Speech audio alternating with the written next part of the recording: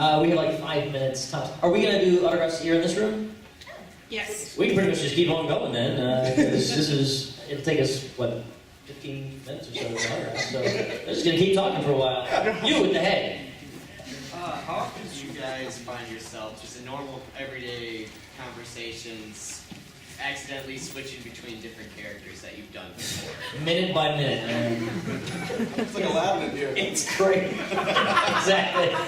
It's like Aladdin in here. Yeah. We do it all the time. Okay. Sleepers. See? There's your answer. I think in real life I try to, my voice is so weird in real life, I try to avoid anything other than this so people can just acclimate to this. You know? I don't want to throw too many things at them at one time. I just figured that. So the most powerful voice, and then you work your way through ridiculous. Right. Although the most ridiculous voice was the one we heard last night. That waitress over there, did you hear that? I thought my voice was bad. No. She's like, would you like this?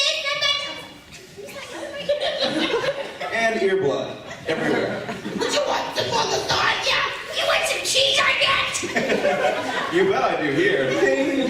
Yes? God. Okay, you know how some animes they have characters who they wear the exact same outfit every day constantly?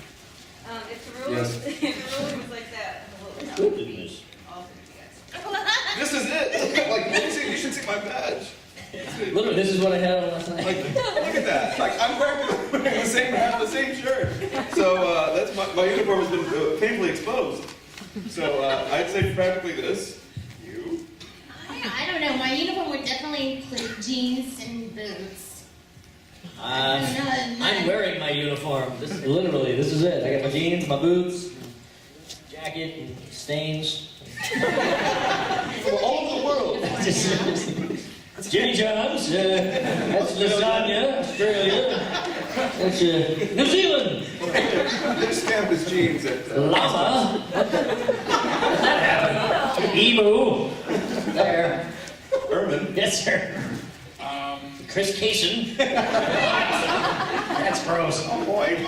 Uh-oh. I realize that a lot of what you do is based on the director and the voice director and whoever, and they're giving you hints and clues and things like that.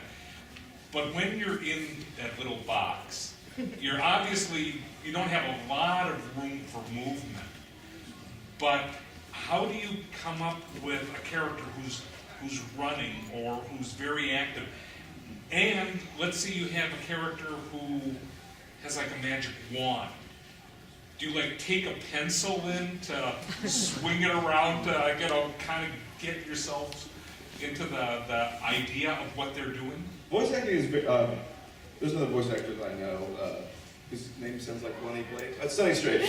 And he was talking about how it's very it's almost Zen-like. Like the idea that when you're voice acting, you're simulating the sound of movement and doing all these things just with this. And there's not from the waist down, there's not a lot going on. He said it's almost like puppetry in a way. You're putting the entire thing to life right here. He said it's kind of like that, so you have to learn to do that. Although you can also move around. We do move around quite a bit. I mean, there's enough movement, The opposite. even in the smallest booth in the old days I was talking about before, where it's no bigger than an old phone booth. You still have enough movement to kind of to simulate that, or running in place, or whatever it is that you have to do. But and of course, as a director for 7 years, I've seen a lot of, well, that's where the funny stories come in too, but I've seen a lot of, arm swinging, and I've seen a lot of people who, they have to be underwater, taking a drink and gurgling and talking through the water, and or eating. When they have to eat, they actually go to the break room and bring out a Dunkin' stick and putting half of it in their mouth, which is delicious, by the way. Yeah, it always goes back to food somehow with me, but so yeah, that does happen quite a lot. Well, I do a lot of movements. For example, Gita in Mare.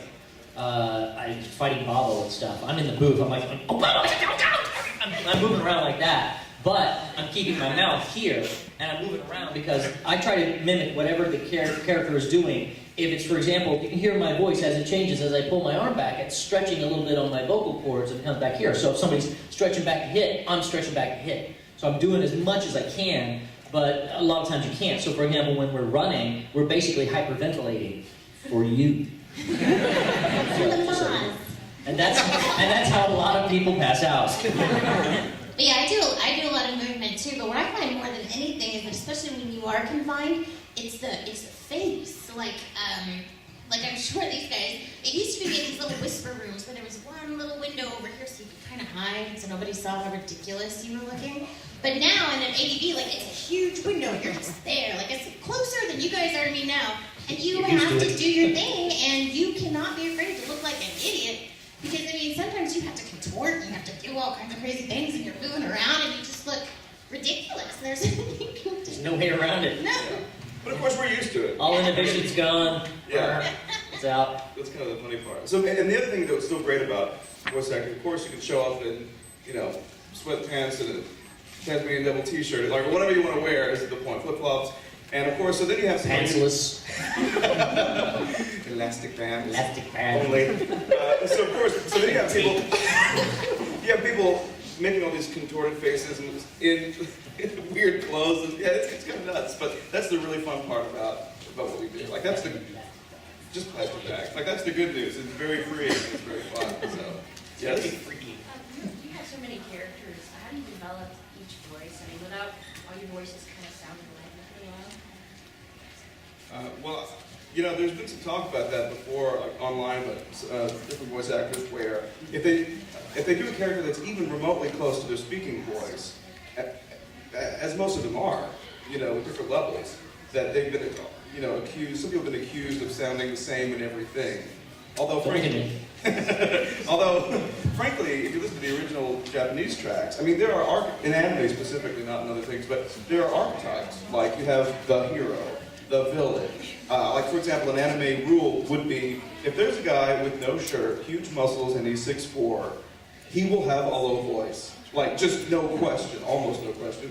And I will probably never play it. So these things just happen. So sometimes you do get kind of locked in vocally to a thing. But I mean, I've said it before. You have two choices really, particularly in anime. Either you do a bunch of different voices that are very different, or you specialize in one kind of voice that's used all the time, and that way you're working either way.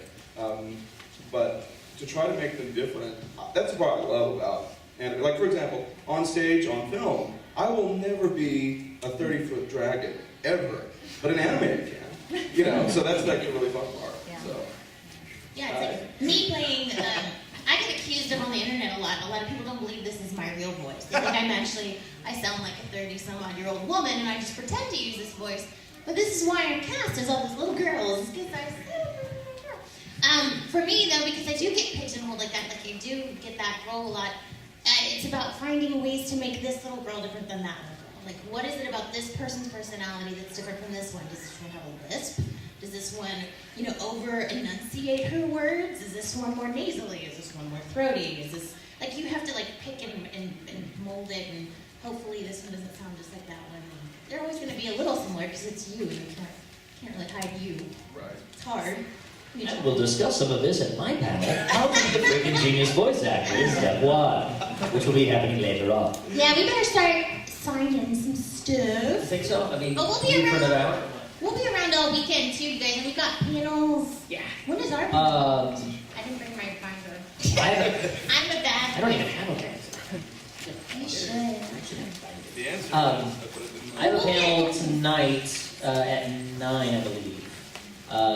What happens at the con stays at the con. Stories from the seamy underbelly of anime conventions and more, Volume 1. It's 16 and up. It can be fun. And then we have some tomorrow. We don't have some. You'll see us around. But how did you guys want to work this? You want to do like one row at a time, or? Yeah. Every fresh.